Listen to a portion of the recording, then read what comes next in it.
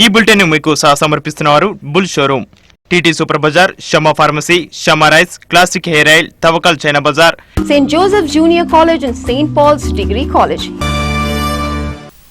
నమస్తే Ruby Telugu news కు స్వాగతం. నేను చక్రి. వార్తల ముందుగా హెడ్లైన్స్ చూద్దాం.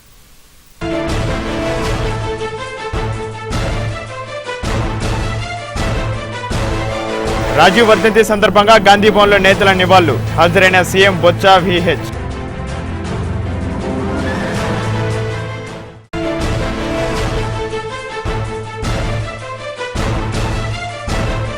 పార్టీ శ్రేణులు ఎన్నికలకు సన్నిద్ధం చేయడమే లక్ష్యం. పిసిసి అధ్యక్షుడు బొత్స వ్యాఖ్య.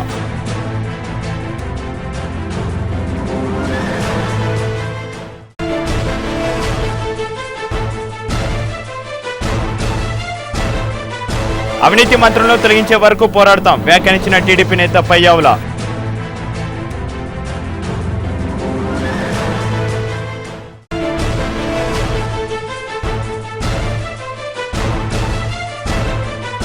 తెలంగాణ సాధించడం మా జన్మ హక్కు, సాధించే వరకు పోరాడుతూనే ఉంటామని వెల్లడించిన కాంగ్రెస్ ఎంపీ పొన్నం.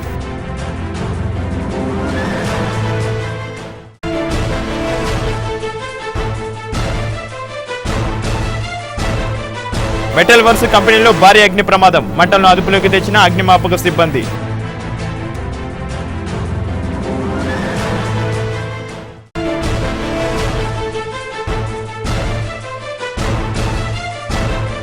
పిల్లలతో సహా తల్లి ఆత్మహత్య యత్నం, మృతి చెందిన 2 చిన్నారులు.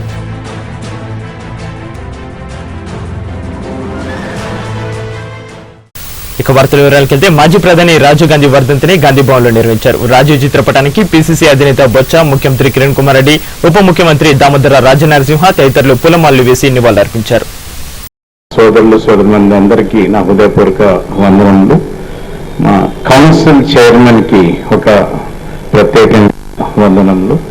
ఈరోజు మనం దురదృష్టవశాత్తు రాజీవ్ గాంధీ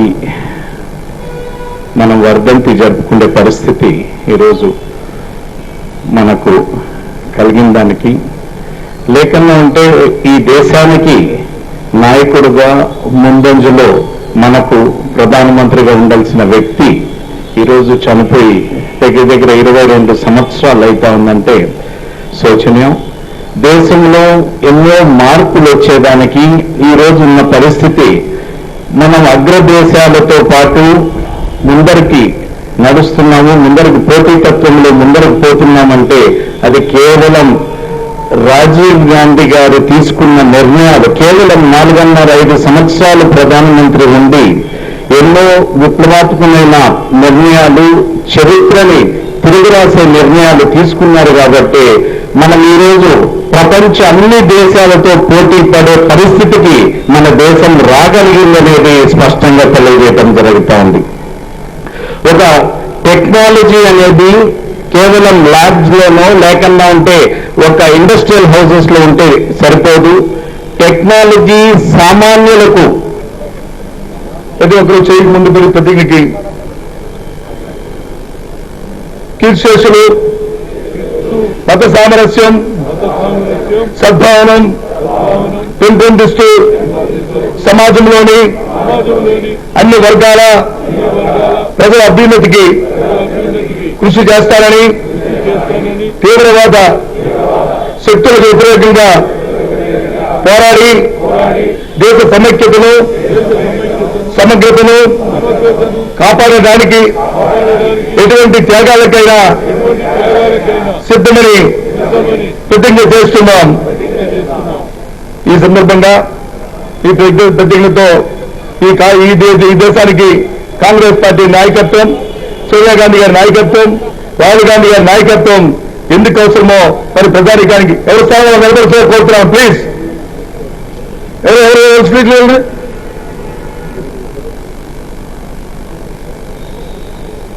పెద్దలు ఉన్నప్పుడు మనం డిసిప్లిన్ ముఖ్యం, దయచేసి ఏమనుకోవద్దు.